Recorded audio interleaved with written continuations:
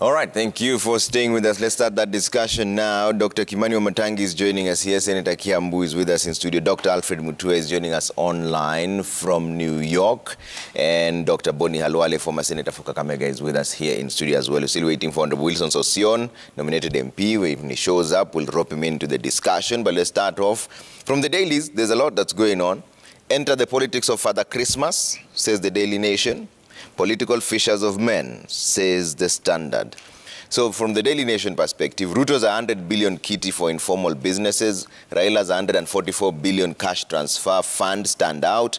Populism, not genuine solutions to the country's problems, is dominating the campaigns. Politicians jostling to get ahead of the elections to succeed President Uhuru Kenyatta are promising goodies without offering clear policy proposals. And Dr. Halwale, I'll start with you on this one. Is this factual? Has there been any clear policy proposal being offered apart from the figures being thrown around? We'll give you 100 billion shillings, we'll give you 144 billion shillings, but how? Where from? Is anyone explaining that? I cannot speak for our competitors, but I can assure you that what we say in the rallies is well thought through. It is not a secret that we already have an economic council that is led by economic experts who advise us, and they are behind all the pronouncements that we are making.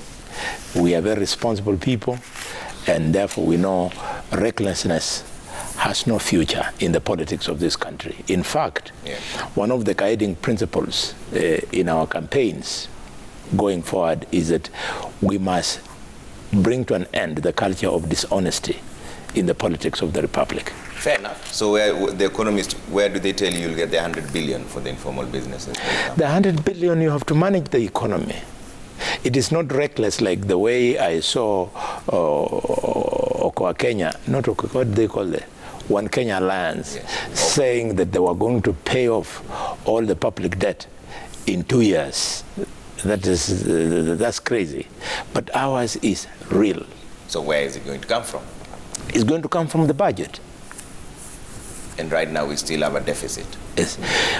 It is part of the mismanagement of the budget that is responsible for the problems that we have. For example, if you are to stem the pilferage of public funds, some say it is between 300 to 400 billion shillings every financial year. If you stem that, and because we hoped for a startup to start with 100 billion shillings per year, you can see the money is available. Okay. Yes. Wamatangi, do you agree with this point? Or is it just sloganerism? Well, I have no... You remember we spoke about this some other time later, but good morning first. Good morning. And let me say good morning to our viewers. Good morning. We spoke about it some times back, Trevor, and... Well, I think to be fair, the only thing I can say is that there has been some improvement. Improvement, because at first, you remember, it was in this show when you had hosted one of the leading politicians, and you tried to ask them, what does this, bottom-up policy mean, bottom-up? There was the Azimio la Umoja and so on. And you find that at the time when these concepts were starting to be sold to the people, even they themselves didn't understand what they mean. But at least gradually, they have all now come to start to appreciate that they need to understand and learn and sell something that that probably they can talk about more deeply.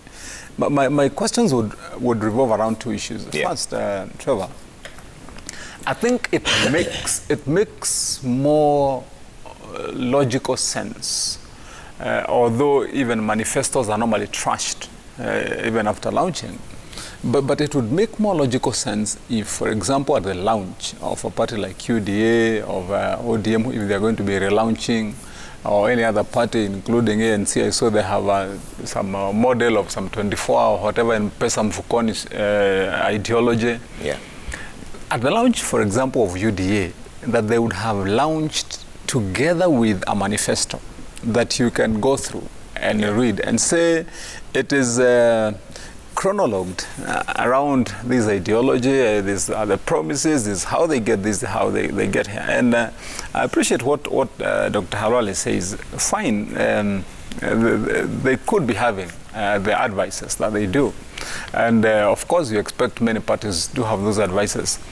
The question is the advice based on real intent to deliver?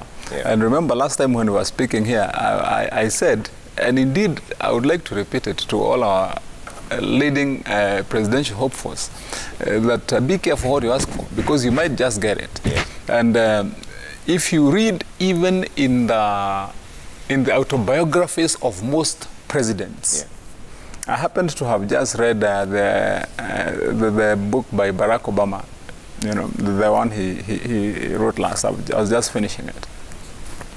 And from all the stories former presidents tell in the autobiographies, part of the most difficult part yeah. is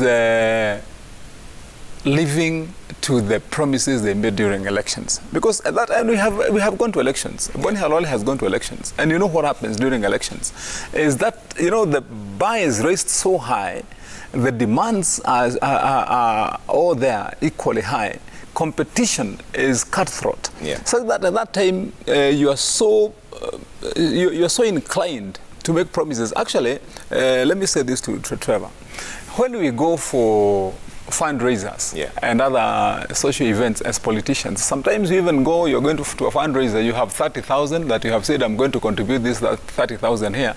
And you had another 100,000 to go and pay school fees for your children yeah. and pay house rent. Yeah. And then when you start the Harambe, Boni Halwale gives 80,000 and you had wanted to give that.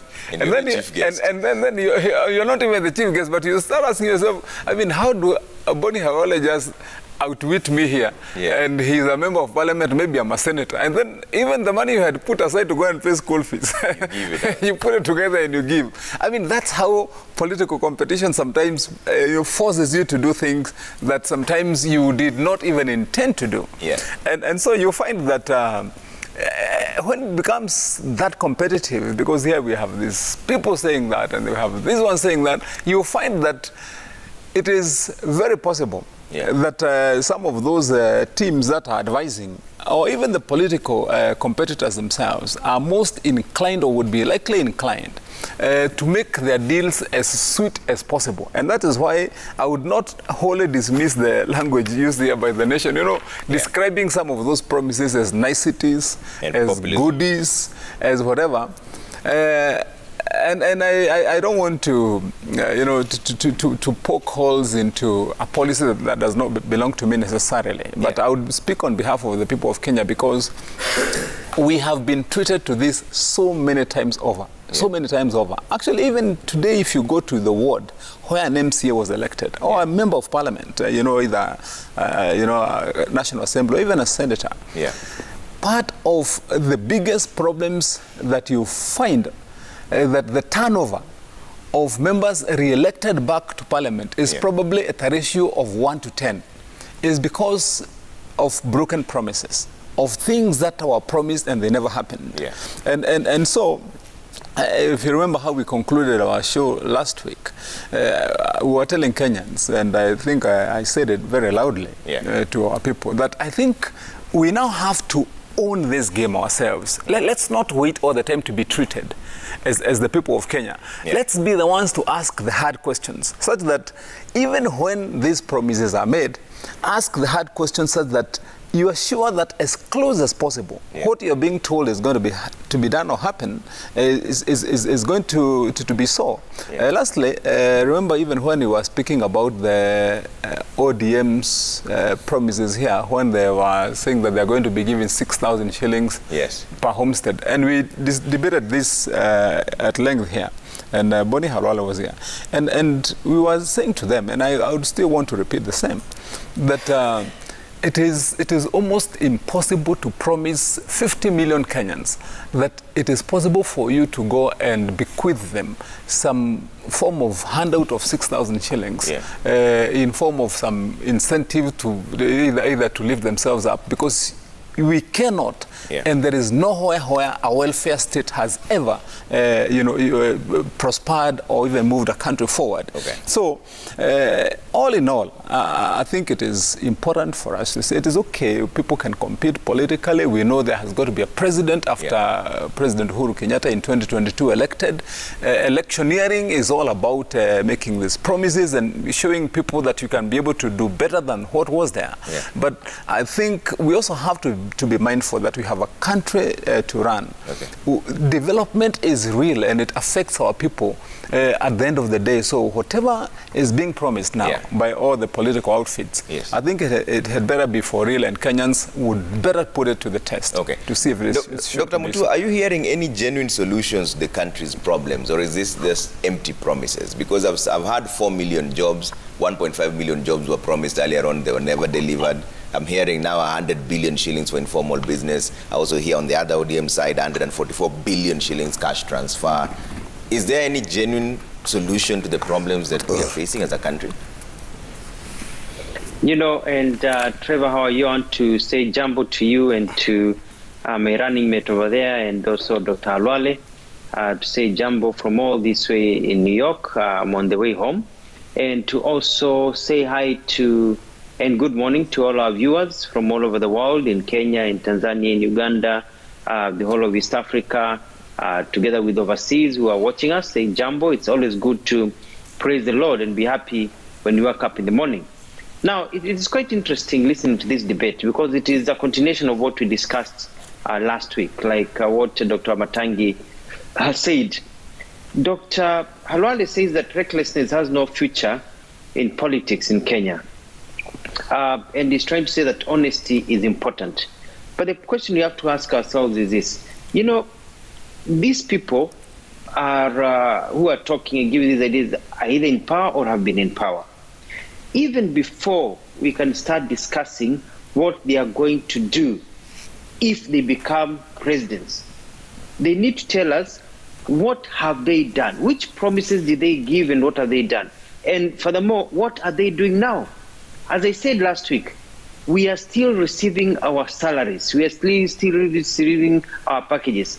When the Deputy President of Kenya, when Governor Mutua, when others are traveling around the country, we are afforded security, vehicles, we have all the confines of power given to us by the state. Because we are in that office and we are being paid our salaries. But what are we giving back to our people? So the question to ask is that in all their promises, what are they saying that they will do? How will they do it? Where will the money come from? And what system will they be put in place to make sure it's consistent? Because elections are all about empty promises. But the most important is ability. These people are running for president, myself included. Do we have the ability to turn Kenya and transform Kenya to be a Singapore? Do we have the ability to transform Kenya to be a South Korea? Do you have the ability to transform Kenya to be like a Western country? Here I am seated in a hotel room in New York City. It's night and I'm talking to you. And I have no fear that during the interview that power will go off, because power never goes off here. Power never goes off when I'm in Dubai or Hong Kong. Why does power go off when I'm in Mombasa, for example? One time we were doing an interview in Mombasa and power went off. Why do those things happen in the third world? What are the systems? What do these people have the ability to really transform this country? Or are they just running for the sake of power? Now, you know, growth is about being able to understand economics and the fiscal ability, being able to balance the budget, but also being able to do things that stimulate growth. I am seeing promises that are doing nothing about stimulating growth. I'm not seeing any ideas of a consumer-driven economy. I'm not seeing any ways where they are saying we'll do this or to generate more revenue to be able to meet the demands. We have debts to pay. And as I said earlier on, I'll come up with a manifesto which covers all these things. And I don't talk about them now because some people keep on copying what I say. But, you know, a manifesto needs to tell people not just how much money they'll spend, where is the money coming from? And so the nation is accurate, the standards are accurate in having skepticism in some of these promises, because first of all, you need to grow this economy, and you grow the economy so you can have money. You need to grow the economy through certain things that have been tried and tested. all over the world that I'll be also coming up to. Yeah. But finally, Dr. Olwale talked about corruption, and but it's also the cost of doing business. The government that the people running for government have been in, myself included, has a very high cost of doing business. How are we doing that? Are we able to roll? Are we able to make doing business better? I posted a video the other day about that it only takes a few hours in Rwanda to register a business. You're not frustrated. Yeah. It's the same in the United States, 30 minutes. You register and get a license in others. What is the cost of doing business in this country so as to grow? Okay. Dr. Olwale, you're a leader in this country. Let's take one promise, for example. The Jubilee duo promised 1.5 million jobs every year. Would you confidently say here that they were provided? Jubilee? Yes, leave alone now that UDA is saying 4 million jobs. Yes. Let's start with the 1.5 million that Jubilee promised. Was that provided genuinely as a leader? It looks like I'm starting to have names that could not be mine. You're not a leader? No. When you now give me the responsibility of writing the report card for Jubilee, you're forgetting that the right person is here. Wamatangi should be the one telling us the report card on Jubilee. Yes. But anyway, before I respond to that, because I can. Yes. Thanks for admitting that I'm a leader in this republic. May I request my brother Mutua? Mutua, I've been listening to you. You're trying to, using very many words, grammatically, trying to poke holes into what the other presidential candidates are saying. And he is forgetting that he's a presidential candidate. Why isn't Mutua using this opportunity to sell his model, if he has any? In fact, what he's proving is that he has none. He should seize the opportunity, say, unlike what the UDA model speaks to, mine speaks to ABCD. That way, we shall know that he's guided. Otherwise, he's here just being an analyst when we think he can tell us more. Maybe also to rope in Wamatangi. Why don't you people start listening to us, even if you don't like what we are saying? What I'm seeing is that you don't listen to us. Some noise passes around your ears, and some blurred images come on your minds, and you don't pay attention to what we are saying. When I tell you that we have a National Economic Council advising us, I mean there is one, with actual professionals led by David D. and others who you know. And because sometimes not all of them want to go into the limelight, I'll just limit myself to David D. The others like playing from the background. I mean that we have such a council. If you are listening to us, you would not be confusing when we say hustler. You would not be telling us that we mean prostitutes. If you are listening, when we say bottom up, you would not be telling us that we are talking about buttocks up. If you are listening, Wamatangi, when we say that we want a country where our children have equal access to opportunity, you would not be telling us that we are promoting class war. Start listening to us. We want to form government, and therefore the things we are saying will inform what we do going forward. Jubilee Manifesto. Yes, because you're supporting the second most powerful. Jubilee did very well. Yes.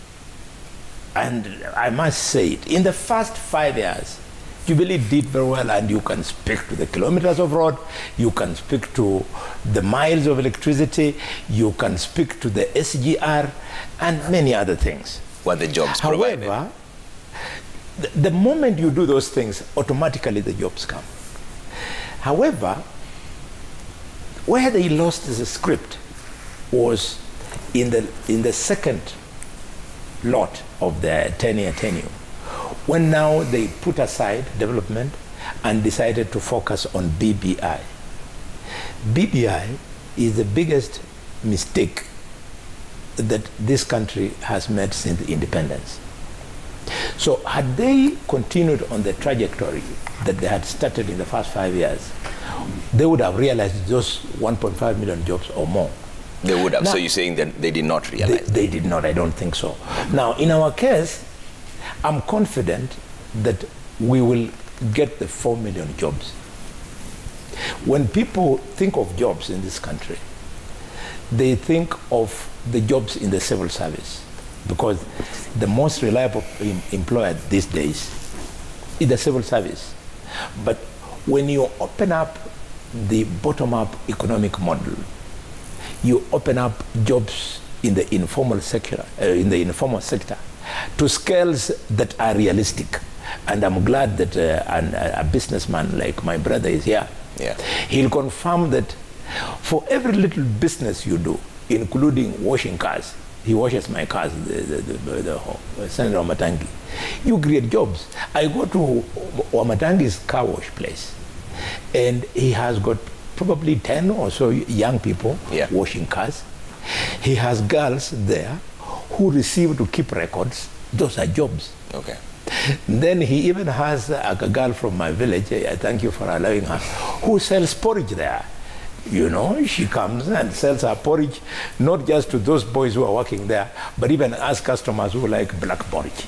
Okay. That is the innovation we want to bring in the market. Now, what do you mean that you can't create 4 billion jobs when the deputy president tells you, I'm going back to the big four? The intention of the big four was to create jobs. Let's focus at housing. Okay. Most people, when they hear about housing, affordable housing, they think about the use of that house, the people who will use it. But the ingenuity of that is not the people who will use those houses when they're complete. Yeah. It is the number of young people, electricians, plumbers, masons, name them, who will be part of the construction of those millions of houses. Those will be millions of jobs. Yeah. And because the deputy president and once upon a time the president, when they were focused on the big four, they thought it out so well, they started by promoting the TVETs. Those technical colleges that they were put up, you churn out these artisans, and quickly they go into the market, they find the government is building houses. So they have jobs on the spot. But one of the examples that the president gives in his rallies, at least in my place I remember, is he asks people, what is better? To take 1,000 children from this village to go into Shikalagala National Polytechnic, or to wait for recruitment into the army where you ask for 5 jobs. So it's a question of innovation, which is difficult for the people we are competing against. Okay. Yeah. And Wamatangi, this is a strange place to be, because Luale says he's not in Jubilee, but he's supporting the second most powerful person in Jubilee. Right. Who he admits they failed to do the 1.5 million jobs. You have not declared your stand, but as far as we're concerned, you're supporting the most powerful person in Jubilee. Direct question, did you create the 1.5 million jobs? Okay, allow me to just first finish with what Dr. had said earlier. And I want to confirm, Dr. Halwale, I have no problem with any of the promises. I mean, be it the jobs, be it the economic model, be it any other promise that either has been promised by the UDA formation or the OCA or ODM formation. The only issue we have, my brother Trevor and Dr. is this, that when those economic models have been sold to the people, let them be, and I pray that they are, well thought out, researched and intended to be implemented. That is the issue.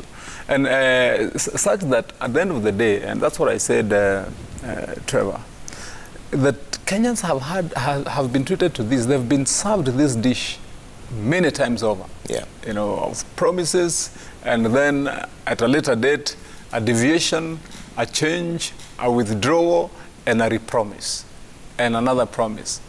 Meantime, the cycle of 5 years rolls out, And you can have, if you go to that House of Parliament, for example, Trevor, you can find members of Parliament who have served in their constituencies for 20 years, 25, 30.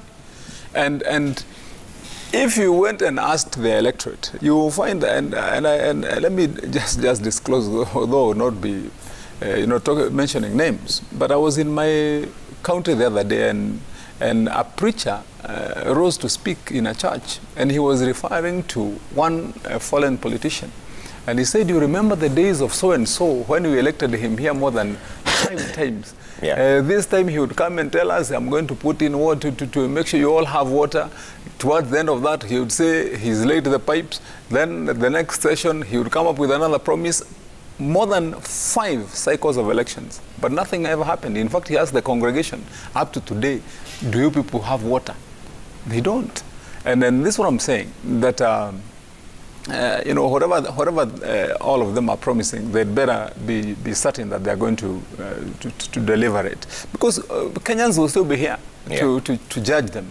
Unfortunately, during electioneering time, like now, holding people to account, my brother Bonnie, is almost impossible.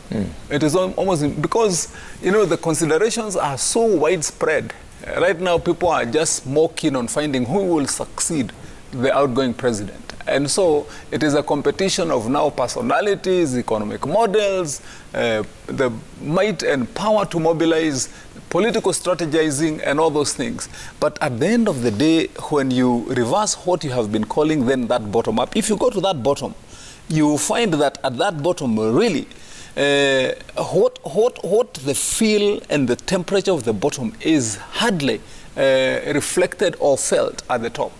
And that has been our undoing. That has been the problem of this country. That's why we don't have the development and growth that we should have today. So, Trevor, to your question, has Jubilee delivered on what the promises they made? The 1.5 million jobs, specifically.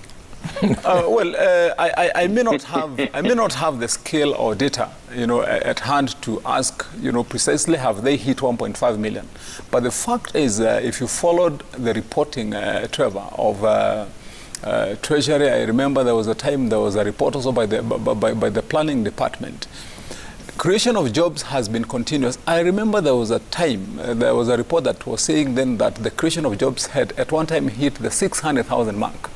I don't have the current data that will say that this is the exact number it has reached to. But suffice it to say that indeed there has been positive growth and job creation. The question about whether it's reached 1.5 million, that one I cannot tell precisely. But if you generally look at, have there been delivery of the promises that were made, I would answer yes. Because, Trevor, me and you live in this country. The question, and I would want us to separate those 2 questions, have there been a full delivery of all the promises, or have there been delivery of the promises? And I want to say firmly that because we live here, you have seen what has been happening to our infrastructure section, all the development projects that have been completed, handed over, already in use, others, fast tracked and almost completed. That one we can see. We've seen what has happened in the health sector. We've seen what has happened in the education sector. Of course, there has been growth and positive growth for that matter. On the question of has it all been fulfilled, I would answer not. Not fully, not 100%. That's good. There have been many reasons why there has not been 100% delivery. Okay. You can roll them out, from COVID, from, economic slump down, from the political, machinations and intricacies that have been going on. There have been so many reasons that have stood in the way and become barriers of 100% delivery. That's why I said that, Trevor, one thing that we would always say, when, as you've said, if the history, and when the history, as the Deputy President said in one of the rallies, I just saw it when you were running it, when the history of this country is written from 2013 to 2017, and mostly about the Jubilee Party, of course there will be issues that will arise. Yeah. And the 2 signatories, the 2 main signatories of that covenant was the President himself and the Deputy President together. and everybody else, including ourselves, have followed. Yeah. So if there will be a judgment of was there 100% delivery, we shall all stand guilty, all of us, that we did not deliver. And that's why I said that, in fact, even as a UDA and the Deputy President, all now roll out to work on their UDA model and take over if they do and if Kenyans allow them to. Yeah. They would rather be praying that then between now and 2022 August, when Jubilee still has its time to deliver, that they cover as much ground as possible and deliver as much as possible, because the judgment will still be the same. It will be the same. Yeah. Who said, who signed, who said they will do? We all did. And no one can run away from it. Okay. All of us. Okay. So, and that's why I would want to take, just 1 minute to, to remind all my elected colleagues, all of them, including the Deputy President and the President, and every person who sits having been given a ticket and a vote by a Kenyan to go to leadership. It is not time to start counting and pointing fingers. It is time to say, even within this time that is there, what is the maximum that we can do to close that gap and ensure that that record reads different? At the end of the day, it is our people's lives. It is Kenyans' lives. If we do better or do something that we had not done today, it will still count for progress that should have been made. And then we can go to the politics of 2022. After the elections of August in 2022, now, whoever gets elected can now start counting what their milestones will look like from day one until the day when they deliver. This gap in between is a time that belongs to the people of Kenya and are waiting to see, even towards the last minute, as they say in English, that even the last minute can save a man. Within this remaining time, what is it that can be done, even to deliver and save that one life that is in a hospital, or deliver that child who still wants school fees to go to school, or that parent, a father or a mother, who's still reeling out of the loss of a job out of COVID. We can't start pointing fingers now. Well, we still have people suffering. It was only last week when Kenyans were out there crying big time from last month about the cost of living because of fuel prices gone up. We can't ignore that because it's politicking time. We have to address the issues as they are. We live in the day, we live in the moment, and that is not, the pain is not taken away because there are elections coming in 2022. The demand and the need for a Kenyan to put, to have food on their table in the evening is not taken away by the fact that there are elections in 2022. All right. Dr. Mutua, there was a direct challenge to you from Dr. Alwale that what are you offering instead of poking holes in the other one, in the other models? Thank you, Trevor. And like I've said before, and that is that I'll be unveiling my manifesto soon. I'm launching my campaign soon. And all that will be there. Now I can start talking about it. I don't want to take advantage of coming to this show, which I'm supposed to be able to be neutral and provide to a 90 accurate information to market myself. I'm not here to market myself. We're here to basically show a 90 what is good and what is really happening, the real state of the nation. So Dr. Alwale, don't worry. We'll be giving it to you. You'll be able to tear it apart, build it up, copy as much as you can, but you want to do it in a way that by the time you copy, people know that you're copying. Let me get back to the main issues of delivery of promises. Has Jubilee government really delivered? The answer is yes and no, mostly towards no. Let me say here without any fear of contradiction that Jubilee has really let Kenyans down. Majority of Kenyans in the streets, and I'm speaking as a supporter of President Uhuru Kenyatta, but a lot of Kenyans in the streets feel shortchanged because they had high hopes that Jubilee would be able to deliver very many things. You see, when Mwai Kibaki came into government during the NAC era, he made promises and he was able to meet those promises, like economic recovery program. Jubilee came with a lot of promises and a new hope. And they came at a time when they had the ability and the goodwill to change our country, but they were not able to because they had internal wranglings. And when I say Jubilee, who is Jubilee? Jubilee is basically the party that elected and re-elected the president and the deputy president. So the failure of Jubilee is tied between the president and the deputy president. So you cannot have the president say he's succeeding and the deputy president say they are not succeeding, or vice versa, because they are tied together. Let me give you an example. I went to a school in Kansas, in the United States, Kansas City, whereby we are looking at cooperation between the Kansas City and some of those things with our counties and our cities. And went to a room where small children, the age of 7 years old, 8 years old, were learning virtual reality and to interpret the world with virtual reality. And each child had a laptop. Each child had a computer. And they just told us that even when they were forced to do online teaching, it was easy because children had laptops. That brings us to what happened to the laptops that Jubilee promised. We still remember. And these promises actually were being enumerated clearly by Deputy President Ruto. So it's good to know, Uhuru and Ruto, what happened to the laptops, because COVID has shown us, had those laptops come, tungesema hii ilikuwa imefanyika. I agree with my running mate, Dr. Matangi, that yes, infrastructure, Jubilee has done well. A bit too late. You know, there's a lot going on right now, but they have done a very good job, and it will be kudos to President Uhuru Kenyatta because of the great infrastructure development that is going on across the country. But there is still very little money in circulation. If you ask Kenyans say maisha ni ngumu. Maisha ni ngumu. I joked the other day and I said that during Jamhuri Day, Mwai Kibaki would stand and say, haya, mujie enjoy, and then mujie enjoy.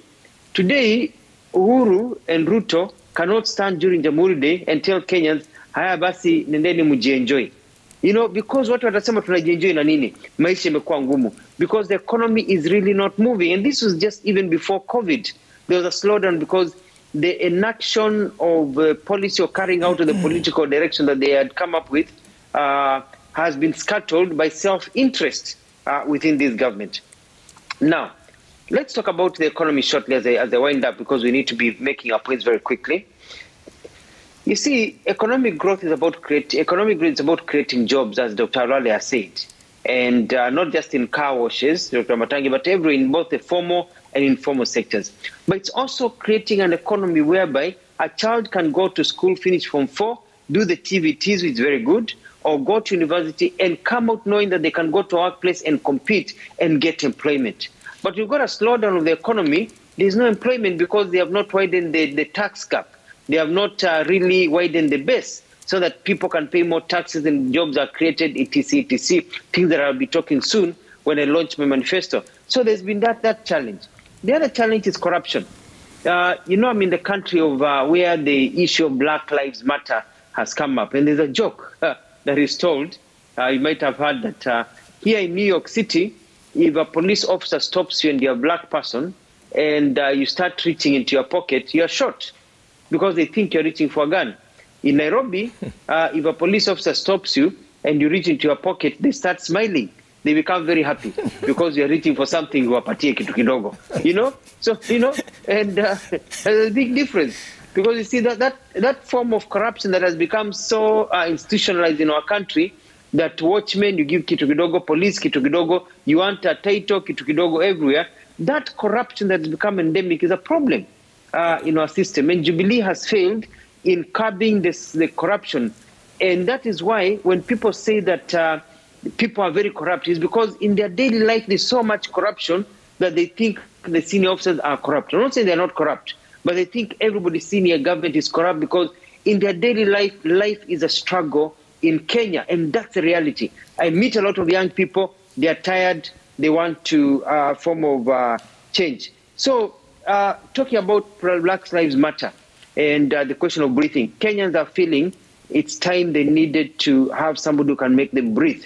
And the question is, how these candidates, which candidate will make you breathe better? Yeah. You know, Kenyans are saying, I'm running out of breath. Who will make you breathe? But Kenyans have to take responsibility for themselves. Yeah. You cannot continue electing the same people who give empty promises, who've been unable to do their work, who are known for corruption, who are known for violence, and yet expect change. That is a miracle that will never happen. So at times, we can swallow the poison that will later kill us by the choices we make. So if Kenyans want change, they also have to agree to change in the way they vote. It's not about tribalism, it's about empty promises, it's about ability and goodwill and somebody who will actually transform our country for the better. All right. I have to take a quick break in that note. When we come back, we still have 2 more topics to go through. Jubilee NDC meeting is coming up, and the schools unrest. The Auditor General gave a report showing that most students are sitting ducks when it comes to fire in school. In 2008, there was a report that they were supposed to implement certain things. One, beds should be 1.2 meters apart. Doors should open outwards, not inwards. Some of them are still opening inwards. Windows should not have grills. Some of them still have grills. We will find out why that is happening. All right? See you in just a bit. Keep your views coming at Trevor Mbija at Citizen TV Kenya. Use the hashtag Daybreak. We're back in just a moment.